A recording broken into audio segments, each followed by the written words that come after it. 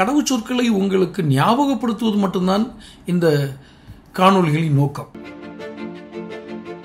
இந்த கடவுச்சொற்கள் எங்கு பதிவு செய்யப்பட்டன, எந்த இடத்தில் அது வெளிவர மறுக்கின்றன, இதுதான்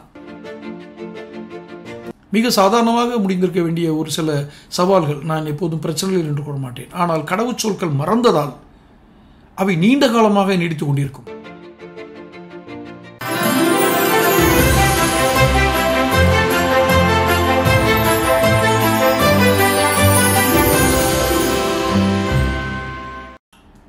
வணக்கம் தமிழகம் டைம்ஸ் நேயர்களே. கடவுச்சொல் மறந்த கணினிகள்.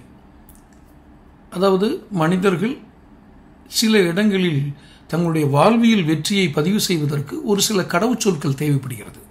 அந்த கடவுச்சொற்கள் ஏற்கனவே நமக்குள் பதிவு செய்யப்பட்டு தான் அனுப்பப்படுகிறோம்.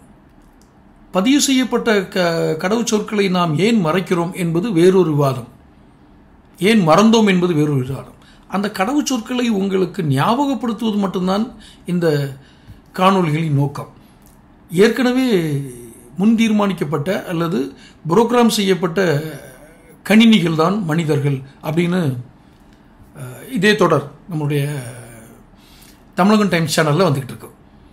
அப்போது ஏற்கனவே புரோகிராம் செய்யப்பட்ட ஒரு கம்ப்யூட்டர் தான் நம்மளுடையது, அதாவது விதிக்கப்பட்ட விதி என்று சாதாரணமாக சொல்வதைப் போல ஏற்கனவே நாம் முன் தீர்மானிக்கப்பட்ட கணினிகள் என்றால் இந்த கடவுச்சொற்கள் நமக்குள் பதிவு செய்யப்பட்டிருக்க வேண்டும் என்பதுதானே தர்க்க ரீதியான உண்மை.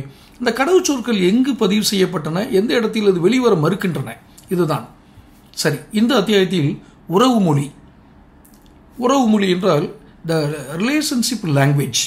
இந்த ரிலேஷன்ஷிப் லாங்குவேஜ் அதாவது உறவு மொழி ஒவ்வொரு தளத்திலும் வெவ்வேறுவாக இருக்கும். ஒரு வியாபாரிக்கும் இன்னொரு வியாபாரிக்குமான உறவு மொழி, ஒரு உறவிற்கும் இன்னொரு உறவிற்குமான உறவு மொழி. இந்த உறவு என்று மனித இடங்களுக்கிடையே உறவுகளில் நிறைய வகைகள் வரும்.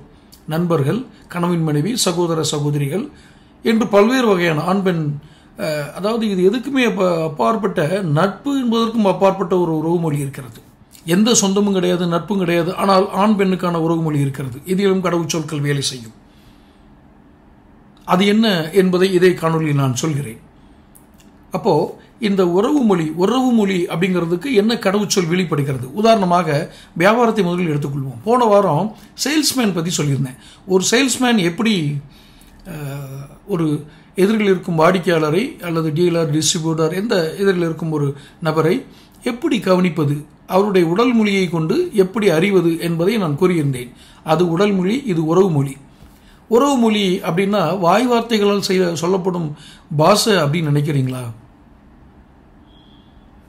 நீங்கள் ஒரு பிரயாணம் செய்து கொண்டிருக்கிறீர்கள், விமானம் அல்லது ரயில் கூட வச்சுக்கோங்களேன். ட்ரெயினில் போயிட்டு இருக்கீங்க, உங்களுக்கு தாகம் எடுக்கிறது, நீங்கள் எதையோ தேடுகிறீர்கள், உங்கள் வாட்டர் பாட்டிலை தேடுகிறீர்கள். உங்கள் எதிரில் அமர்ந்திருப்பவர் வேற்றுமொழிக்காரராக இருக்கலாம். ஆனால் நீங்கள் தேடுவதை வைத்து கணித்து அவர் ஒரு உதவி செய்வார். இப்படின்னு செய்யல, தலையாட்டியும் கேட்பார், இது வேணுமா அப்படின்னு வாட்டர் பாட்டிலை காட்டி எஸ் அப்படின்னு வாங்குவாங்க. இந்த உறவு மொழி. இங்கு கடவுச்சொல்லாக எது பயன்பட்டது? உடல் மொழி, சிந்தனை ஓட்டம். இந்த ப்ளூடூத்னு சொல்லுவாங்கல்ல, அந்த மாதிரி நம்ம ஒவ்வொருத்துக்குள்ளேயும் ப்ளூடூத்தும் இருக்குது. ஜெராக்ஸ் மிஷின் இருக்குன்னு ஒரு தனி இது இருக்குது, ப்ளூடூத் இருக்குது. அது கனெக்ட் ஆகும். மிக சரியாக அலைவரிசை இருந்தால் கனெக்ட் ஆகும். அது என்ன அலைவரிசை, அது வேற ஒரு சப்ஜெக்ட். நம்ம சேனலில் தொடர்ந்து பாருங்கள், ஒவ்வொன்றிலையும் நான் ஒவ்வொரு தேர்தலையும் சொல்கிறேன். அந்த ஒரே அலைவரிசை இருந்தால் அந்த ப்ளூடூத் கனெக்ட் ஆகும். அந்த ப்ளூடூத் கனெக்ட் ஆகும்போது உதாரணமாக நீங்கள் பாருங்கள், 2 தொலைபேசியில் இருக்க ப்ளூடூத் கனெக்ட் பண்ணோம்னா ஒரு பாஸ்வேர்டு கேட்கும். அந்த ப்ளூடூத் கனெக்ட் ஆகிறதுக்கு ஒரு பாஷை வேணும், ஒரு பாஸ்வேர்டு கேட்கும் இல்லையா, அதான் கடவுச்சொல். இந்த கடவுச்சொல்லை நாம் மறந்திருந்தோம் என்றால் ப்ளூடூத் கனெக்ட் ஆகாது. ப்ளூடூத் கனெக்ட் ஆகுதுன்னா என்ன, ஒரு சில ஜோதிடர்களை பாருங்கள், பிரசன்ன ஜோதிடம் அப்படின்னு சொல்லுவாங்க. பிரசன்னம்னா வருகை புரிதல். இவர் வரும்பொழுது என்ன சூழல் இருக்கிறது, யார் ஒரு ஜோதிடரை நீங்கள் பார்க்க செல்கிறீர்கள், உங்கள் ஜாதகத்தை கொண்டு போகிறீங்க, அவர் அதெல்லாம் பார்க்குறதுக்கு முன்னாடி பிரசன்னமாக பார்க்குறாரு. அவர் வரும்போது அந்த இடத்தில் என்ன சூழல் நிலவுகிறது, யார் யாரெல்லாம் இருக்கிறார்கள், வெளியில் மழை பெய்கிறதா, வெயில் அடிக்கிறதா, காற்று அடிக்கிறதா, இவர் காலையில் வருகிறாரா, மாலையில் வருகிறாரா, அல்லது இரவும் மாலையும் இரவும் சந்திக்கும் அந்தி வேளையில் வருகிறாரா, அந்த நேரத்தில் என்ன நடக்குவதற்கான கிரக கூட்டங்கள் எப்படி இருக்கிறது, இதுதான் பிரசன்னம். இது எப்படி வந்த உடனே சில அதாவது ஜோதிட வல்லுநர்கள், நிபுணர்கள், நான் சொல்வது நிபுணத்துவம் பெற்றவர்கள், இவர் எந்த ஒரு காரியத்துக்காக வந்திருக்கார் அப்படிங்கிறத அவங்களுக்கு புரிஞ்சிடும். ஓரளவுக்குன்னா நிபுணத்துவத்துடைய அளவை பொறுத்து. அப்போ அதை மைண்டில் வச்சுட்டு தான் அவர் என்ன கேள்வி கேட்கிறாருங்கிறத கொஞ்சம் யோசிச்சு பார்ப்பார், கேட்டுட்டு சொல்வார். இந்த நிபுணத்துவத்தினுடைய நிலைப்புத்தன்மைன்னு இருக்குல்ல, எக்ஸ்பர்டிசம் எல்லா இடத்துலையும் நிற்காது. எல்லா இடத்துலையும் நிற்காதுன்னா நிபுணத்துவம் எத்தனை மணி நேரம் இருக்கிறது, எவ்வளவு வினாடிகள் கன வினாடிகள் கடந்து நிற்கிறது, அதை வச்சு தான் அவருடைய எக்ஸ்பர்டிசம் வெளிப்படும். அப்போது நான் இப்போ சொன்னேன் இல்லையா, ரயில் நம்ம பிரயாணங்களில் ஒரு வாட்டர் பாட்டில் நீங்கள் எனக்கு கொஞ்சம் தண்ணி கொடுங்கன்னு யார்ட்டையும் கேட்க வேணாம். எதிரில் இருப்பவர் வேறு மொழி பேசுபவராக கூட இருக்கலாம், ஆனால் அலைவரிசை ஒத்திருந்தால் அந்த ப்ளூடூத் கனெக்ட் ஆகும், உங்களுக்கு தேவையான அந்த பொருள் கிடைக்கும். இன்னும் கொஞ்சம் விளக்கமாக கூறுகிறேன். காதல் வயப்படுவது. நீங்கள் காதல் வயப்படும் பொழுது பாருங்கள், ஒரு ஆணும் பெண்ணும் பேசிக்கொள்ளும் விதத்தை விட பேசாமல் புரிந்து கொள்ளும் விதம்தான் அதிகமான காதலினுடைய ஆழமாக இருக்கும்.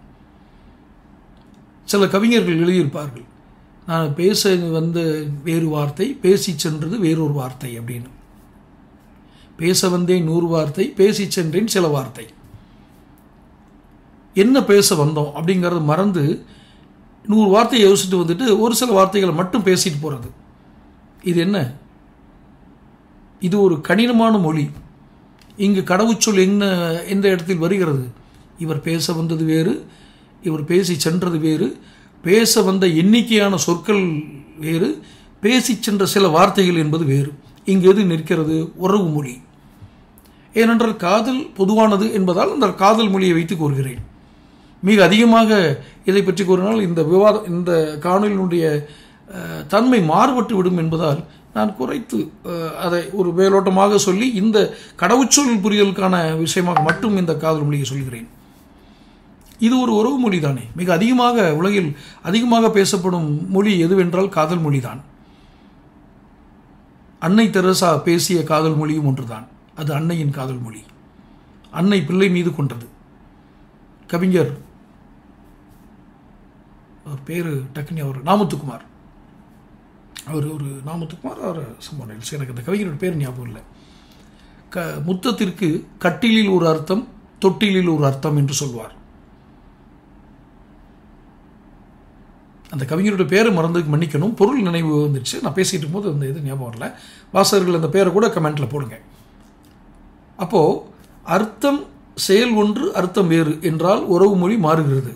உறவு மொழி மாறுகிறது என்றால் அங்கு கடவுச்சொல் வேலை செய்கிறது. நம்ம அறியாமலே சில கடவுச்சொல்கள் வேலை செய்யும்.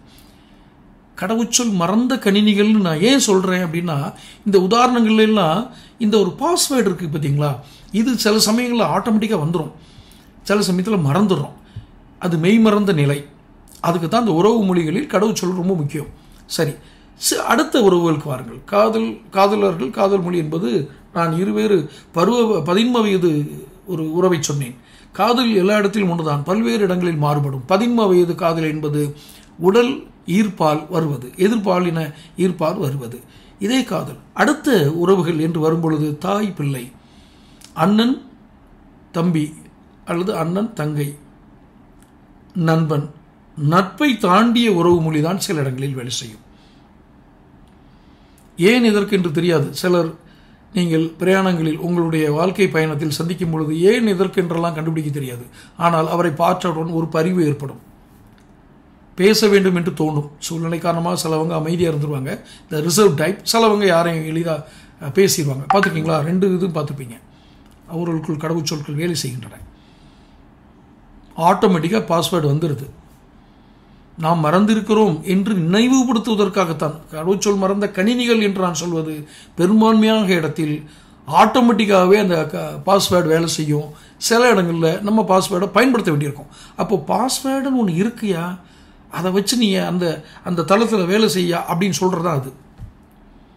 மிக சாதாரணமாக முடிந்திருக்க வேண்டிய ஒரு சில சவால்கள். நான் எப்போதும் பிரச்சனைகள் என்று கூற மாட்டேன். ஆனால் கடவுச்சொற்கள் மறந்ததால் அவை நீண்ட காலமாக நீடித்து கொண்டிருக்கும்.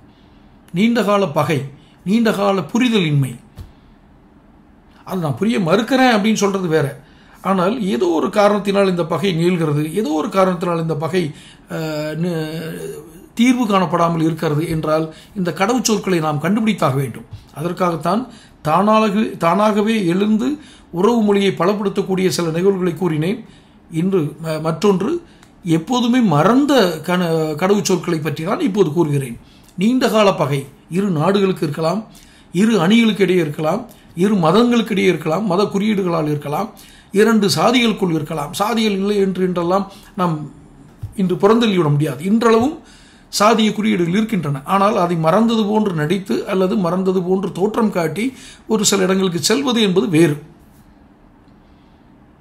அந்த நீண்ட காலமாக நடித்து நடித்து இந்த ஒரு சில சவால்களை நாம் கடந்து செல்ல உதவி விட ஒரு கடவுச்சொல்லை கண்டுபிடித்து அதை நீத்து விடலாம் அல்லவா?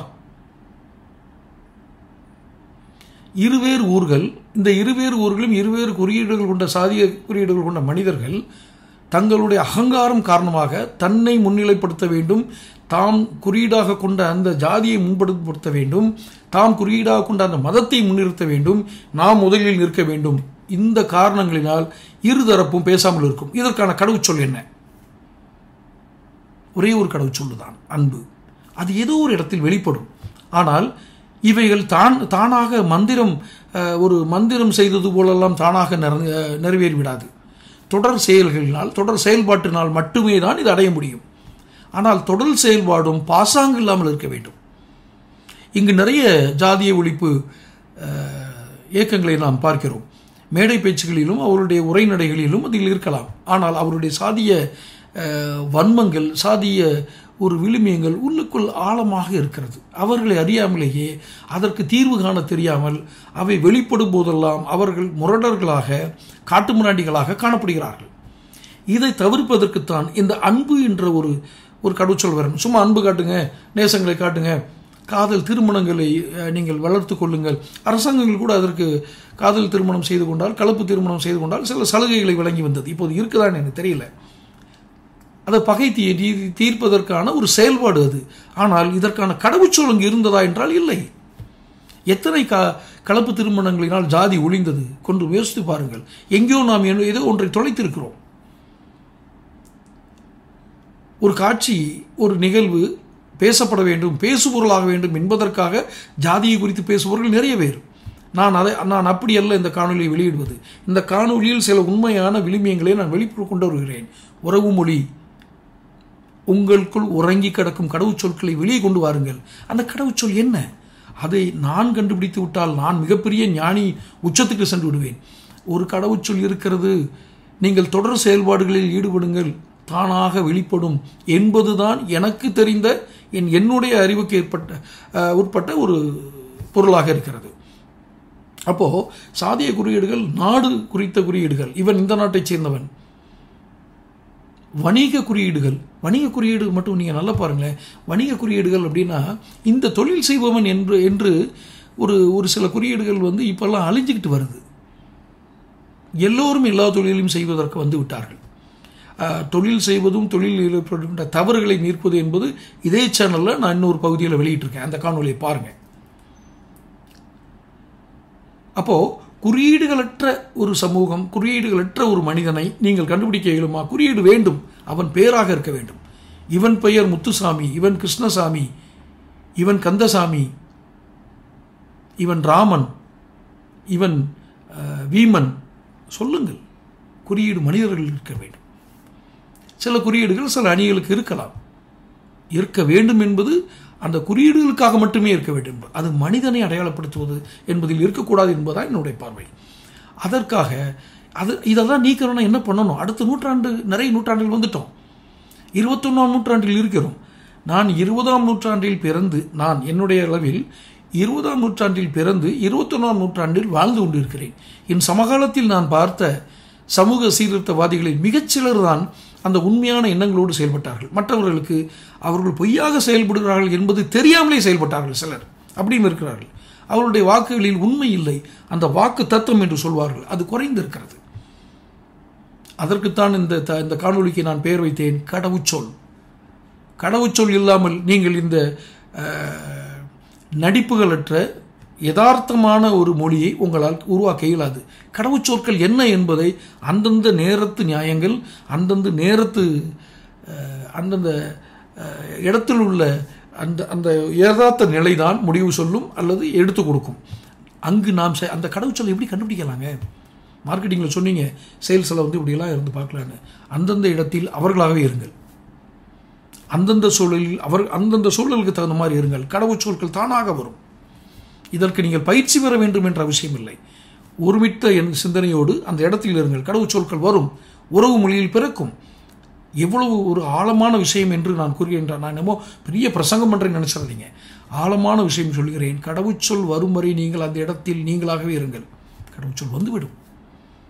எப்படி தண்ணீர் தவிக்கும் பொழுது இந்த தண்ணீர் தவிப்பை இந்த உடல் மொழி எப்படி வெளிக்காட்ட வேண்டும் என்று நீங்கள் தீர்மானிப்பதில்லை, உடல் தானாகவே வெளிப்படுத்துகிறது. எதிரில் உள்ளவர்கள் மொழிகளை கடந்த ஒரு உணர்வு நிலையில் உங்களை புரிந்து கொள்கிறார்கள். இதுதான் நீங்கள் ஏதோ நீங்கள் செய்கிறீர்கள், அதில் என்ன அர்த்தம் என்பதை அவர்கள் கண்டுகொள்கிறார்கள். காரணம், அந்த தாகம் உங்களை நீங்களாகவே இருக்குவதற்கு அந்த தாகம் உதவி செய்கிறது. அந்த தாகத்தினால் நீங்கள் இயல்பான நிலையில் இருக்கிறீர்கள். தண்ணி அப்படின்லாம் நீங்கள் சொல்கிறதில்லை, அது சினிமாவில் ஒரு நடிப்பு. உங்கள் தாகம் உங்கள் முகத்தில் பிரதிபலிக்கிறது, உங்கள் உடல் மொழியில் பிரதிபலிக்கிறது. இயல்பு நிலை. இங்குதான் கடவுச்சொல் வேலை செய்து உங்களுக்கு தண்ணீர் கிடைக்கிறது. நீங்கள் கேட்கிறது அனைத்தும் கடவுச்சொல்கினால் கிடைக்கும். நீங்களாக இருந்தால் மட்டுமே.